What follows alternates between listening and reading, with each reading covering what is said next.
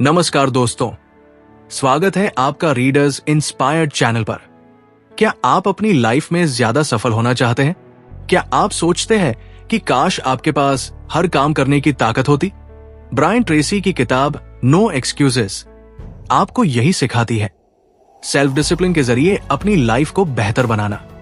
ये जो हम बार बार खुद से कहते हैं ना कि मैं ये कल करूंगा या जब मेरी तबीयत ठीक हो जाएगी तब करूंगा, अभी मैं बहुत थका हुआ हूं या ये मजेदार चीज करने के बाद कर लूंगा।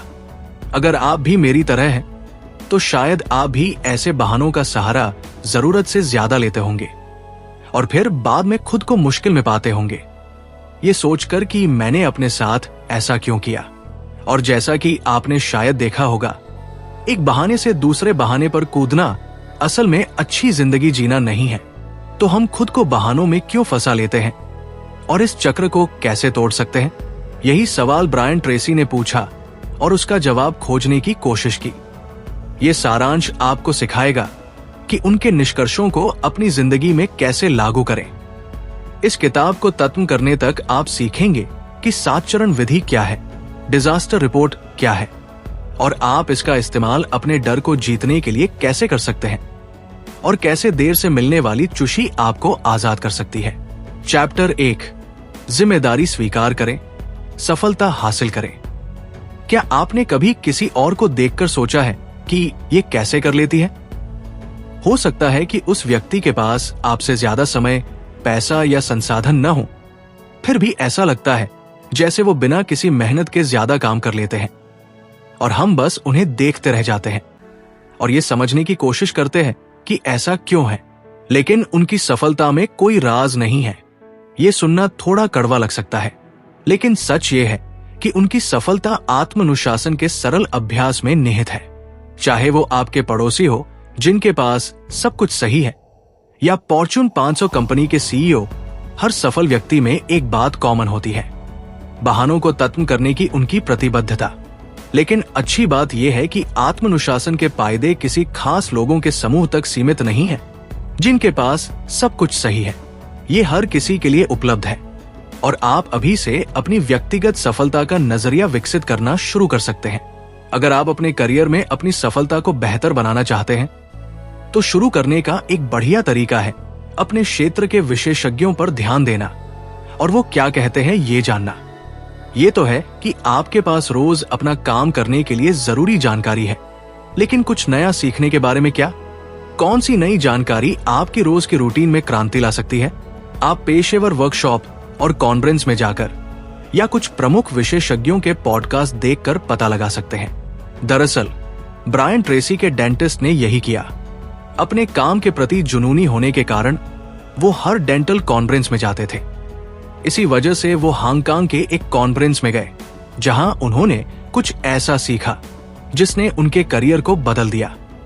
जब एक जापानी डेंटिस्ट ने एक ऐसी तकनीक बताई जो मरीज के दांतों की दिखावट को हमेशा के लिए बेहतर बना सकती थी, तो ट्रेसी के डेंटिस्ट ने तुरंत इस नई जानकारी को अपने अमेरिका के क्लिनिक में ले जाकर अपने मरीजों पर लागू करना शुरू कर दिया। सिर्फ कुछ ही सालों में उनके क्लिनिक ने जबरदस्त सफलता देखी और पूरे अमेरिका से क्लाइंट उनसे अपॉइंटमेंट लेने के लिए आने लगे। असल में 55 साल की उम्र तक उन्होंने राष्ट्रीय स्तर पर पहचान हासिल कर ली थी और इतनी कमाई कर ली थी कि वो जल्दी रिटायर हो गए। अगर इस तरह की सफलता आपको अच्छी लगती है तो अच्छी बात यह है कि ये आपके साथ भी आसानी से हो सकती है। आखिरकार कॉन्फ्रेंस में जाना और नई चीजें सीखना ज्यादा मुश्किल नहीं लगता, लेकिन ये याद रखना जरूरी है कि दूसरों से सीखने जैसी साधारण चीज के लिए भी एक बुनियादी कदम जरूरी है, जिम्मेदारी स्वीकार करना। अपने जीवन में बदलाव लाने और सीखने के लिए आपको सबसे पहले अपनी सीमाओं को पहचानना और स्वीकार करना होगा। एक सीमा यह हो सकती है कि आपके पास अभी वो जानकारी नहीं है जो आपको सबसे अच्छा बनने के लिए चाहिए। इसे स्वीकार करने से ही आप विनम्र बनते हैं और दूसरों से सीख पाते हैं। लेकिन जिम्मेदारी स्वीकार करना बहानों को खत्म करने का भी पहला कदम है। आपके जीवन में जो कुछ भी कमी है, जो कुछ भी आप बदलना चाहते हैं, ये बहुत जरूरी है कि आप उसे अपनाएं और अपनी कमियों का दोष दूसरों पर डालने के लालच का विरोध करें।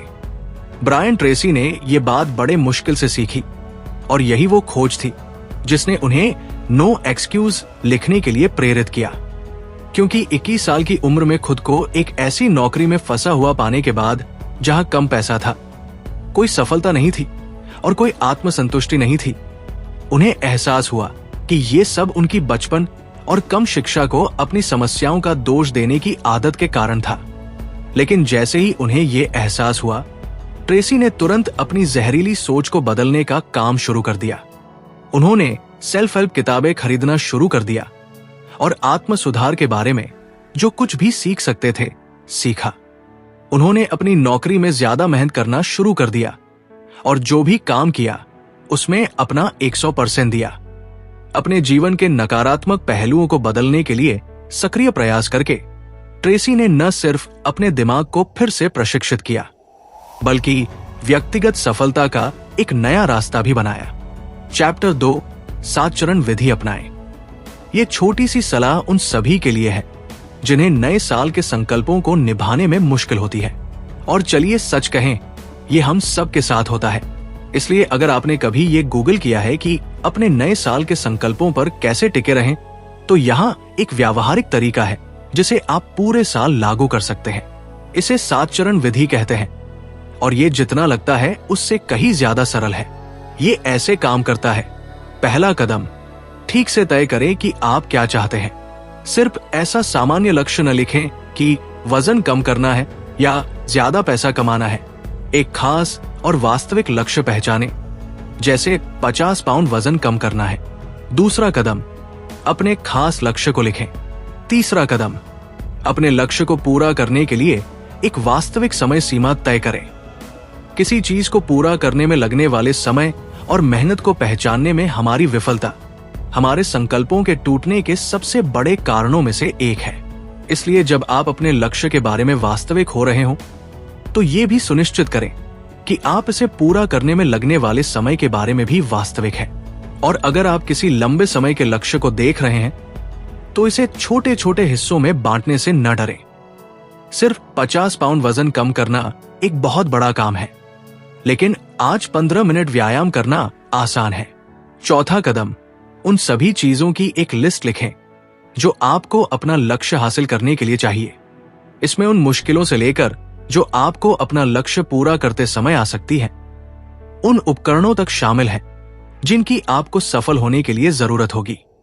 पांचवा कदम, सबसे फायदेमंद कामों की पहचान करें और उन्हें प्राथमिकता दें। उन्हें अपने कैलेंडर में जोड़ें और उच्च प्राथमिकता वाले कामों को पहले पूरा करें। छठा कदम, अपने कामों पर तुरंत शुरू करें, भले ही आप छोटी शुरुआत करें। अभी कुछ हासिल करने के लिए कम से कम एक व्यावहारिक कदम उठाएं। सातवां कदम, हर दिन कुछ ऐसा करें जो आपको अपना लक्ष्य हासिल करने में मदद करे। कभी कभी वो छोटी सी चीज जो आप हर दिन कर सकते हैं उतनी ही सरल हो सकती है जितनी दूसरों से सलाह मांगना। यही बात बॉब बार्टन ने सीखी। बॉब लेखक के मोटिवेशनल सेमिनार में अक्सर आते थे और उन्होंने जो कुछ भी सीखा उसे दिल से लगाया, क्योंकि वो सेल्समैन के रूप में अपने करियर में आगे बढ़ना चाहते थे।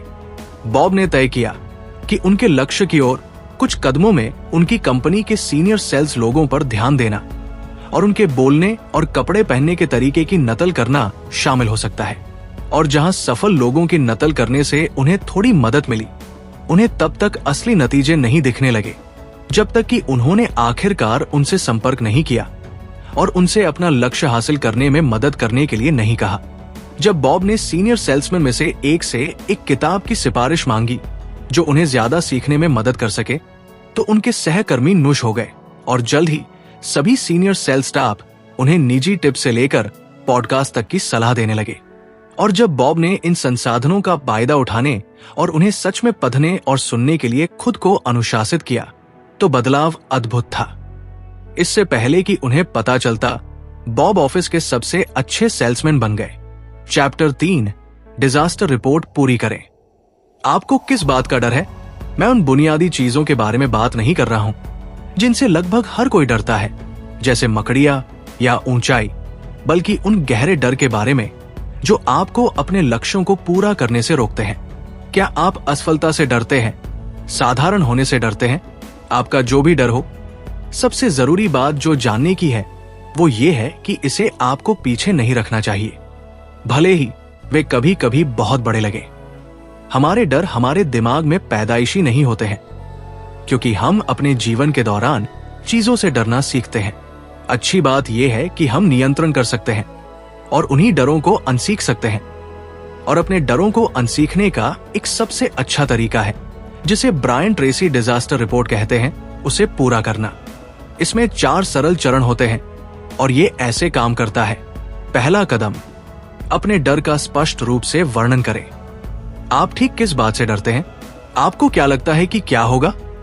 चाहे आप इसे लिख रहे हो या बस इसे अपने आप से जोर से कह रहे हो, अपने डर के बारे में खास बातें बताएं।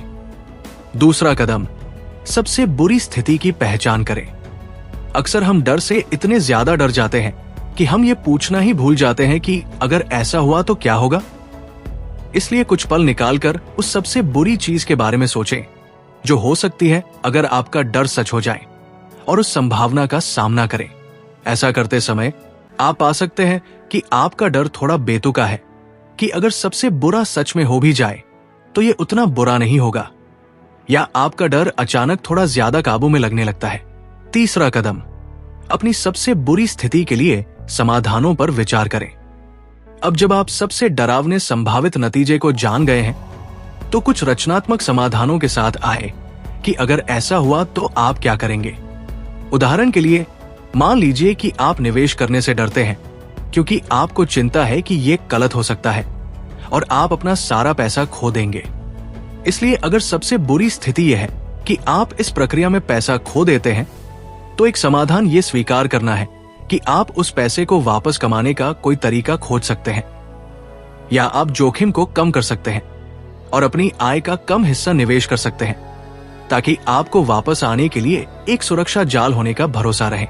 सबसे बुरी स्थिति जो भी हो, आप हमेशा एक ऐसा समाधान खोज सकते हैं जो आपको अपने डर को कम करने में मदद करेगा।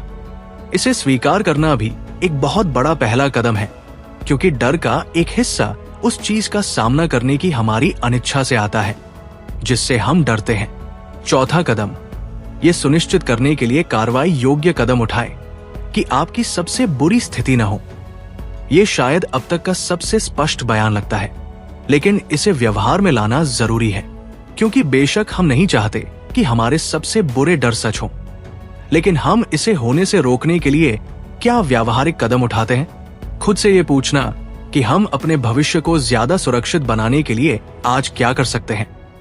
खुद को ये याद दिलाने का एक शानदार तरीका है कि हमारा डर हमें नियंत्रित नहीं करता, हम इसे नियंत्रित करते हैं। अपने डरों का तुरंत सामना करने के लिए खुद को प्रशिक्षित करना एक और मददगार कदम है जो आप उठा सकते हैं। उदाहरण के लिए, लेखक के एक और सेमिनार में आने वाले एक व्यक्ति का अपने बॉस के साथ मुश्किल रिश्ता था।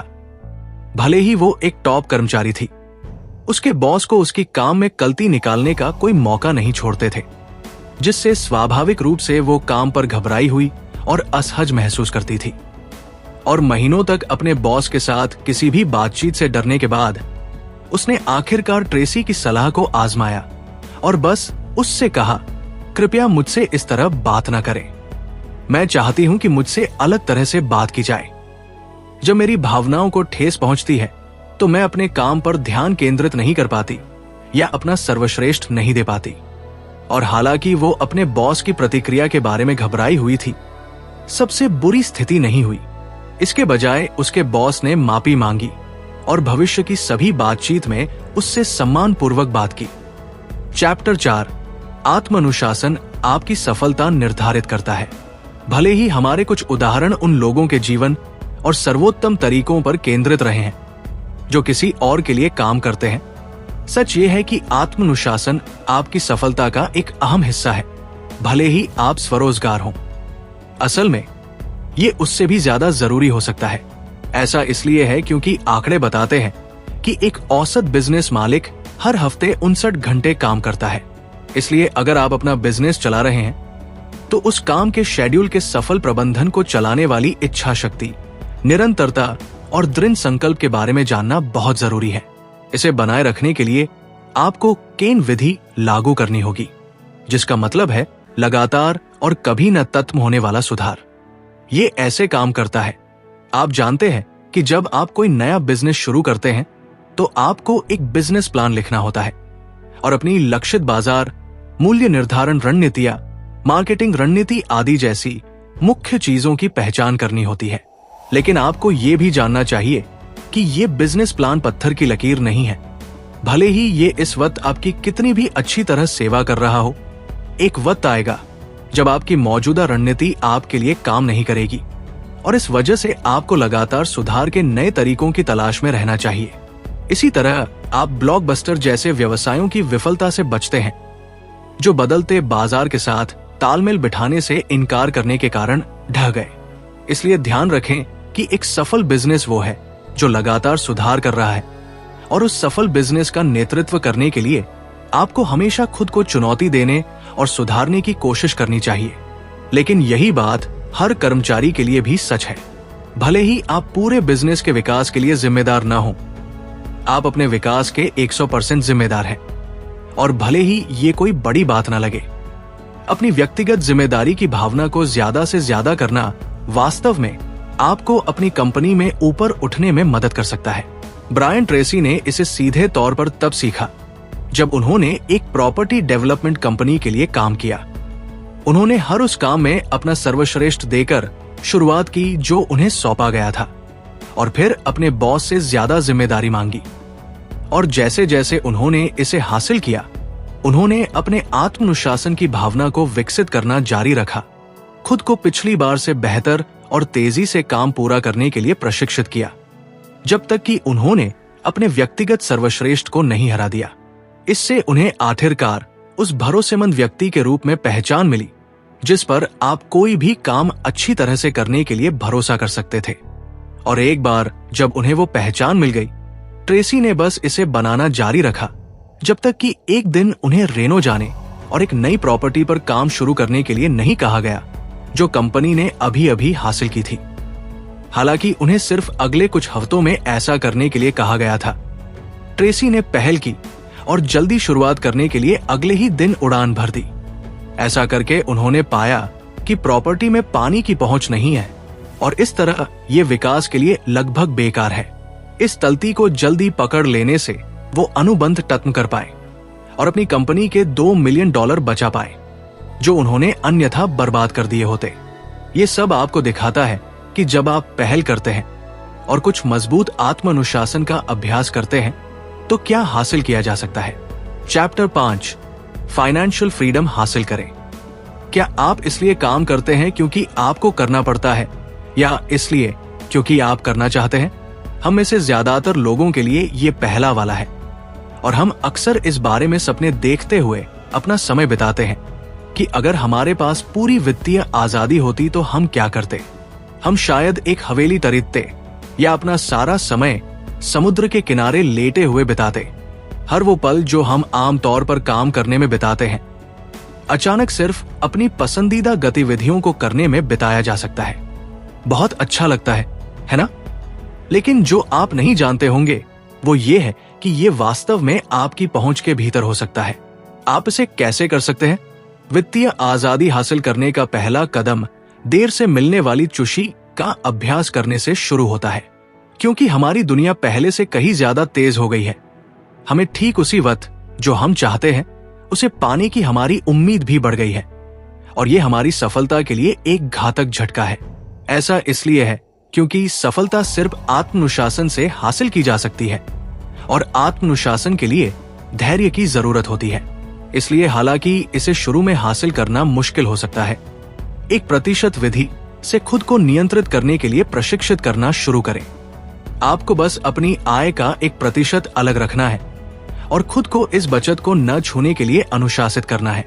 और अगर आप इसके बारे में सोचते हैं जब आप अपनी आय के बाकी 99% पर जी रहे होते हैं, तो ऐसा नहीं है कि आप इसे ज्यादा याद करेंगे, क्योंकि अगर आप हर महीने $3000 कमाते हैं तो 1% सिर्फ $30 है। क्या हर महीने अतिरिक्त $30 की कमी आपको ज्यादा मुश्किल में डालेगी? शायद नहीं, और यह तब भी लागू होता है जब ज्यादातर लोगों की तरह आप तनख्वाह से तनख्वाह पर जीते हैं। हालांकि आप उन लोगों की तुलना में उस अतिरिक्त $30 को थोड़ा ज्यादा याद कर सकते हैं जिनकी मासिक आय ज्यादा है। लेकिन ऐसा नहीं है कि इसका हर महीने आपके जीवन की गुणवत्ता पर नकारात्मक असर पड़ेगा। और हर महीने अपनी आय का सिर्फ 1% अलग रखकर आप जल्द ही एक बड़ा बचत खाता बना सकते हैं जो आपको वित्तीय आजादी हासिल करने में मदद करेगा। असल में अगर आप सक्षम हैं तो आप अपनी मासिक आय के 2% तक अपग्रेड करने की भी कोशिश कर सकते हैं और अपनी बचत को बढ़ते हुए देख सकते हैं। अब ये वित्तीय आजादी का एक काफी आसान रास्ता लगता है, लेकिन क्या आप विश्वास करेंगे कि स्मार्ट बचत का एक पैटर्न विकसित करने में सिर्फ पैसे अलग रखने से ज्यादा शामिल है? ये सिर्फ पैसे अलग रखने के बारे में ही नहीं है, ये समय प्रबंधन के बारे में भी है। और इसके लिए आप ABCD विधि का इस्तेमाल कर सकते हैं। 1% विधि की तरह ये भी उतनी ही सरल है जितनी ये लगती है, और ये आपके जीवन से टालमटोल को खत्म करने का सबसे अच्छा तरीका है। क्योंकि सच कहें तो क्या टालमटोल ही हमारे सभी बहानों की जड़ नहीं है? आप इन सरल चरणों का पालन करके अपने बहानों को खत्म करना शुरू कर सकते हैं। ये आपके जरूर करने वाले काम हैं, जिन्हें वर्णमाला के पहले अक्षर से दर्शाया गया है, क्योंकि ये वो चीजें हैं जो आपको पहले करनी है। कोई भी काम जो उन्हें नजरअंदाज करने पर बड़े नकारात्मक नतीजे लाएंगे, उन्हें इस श्रेणी में रखा जाना चाहिए। B करने चाहिए काम यहां जाते हैं। ठीक है, आपको निश्चित रूप से उन्हें करना चाहिए। अगर आप इन चीजों को नहीं करते हैं तो शायद आपकी जान नहीं जाएगी। C अच्छे हैं करने वाले काम इस श्रेणी में जाते हैं। किसी दोस्त को कार्ड लिखना या किसी का कोई काम करने की पेशकश करना सोचे, ये बहुत अच्छी चीजें, और अगर आप कर सकते हैं तो आपको निश्चित रूप से करनी चाहिए। लेकिन अपनी परदादी के जन्मदिन के कार्ड को उस प्रेजेंटेशन से ज्यादा प्राथमिकता न दें जो आपकी नौकरी छीन सकता है। D ये वो काम है जो दूसरों को सौंपे जा सकते हैं।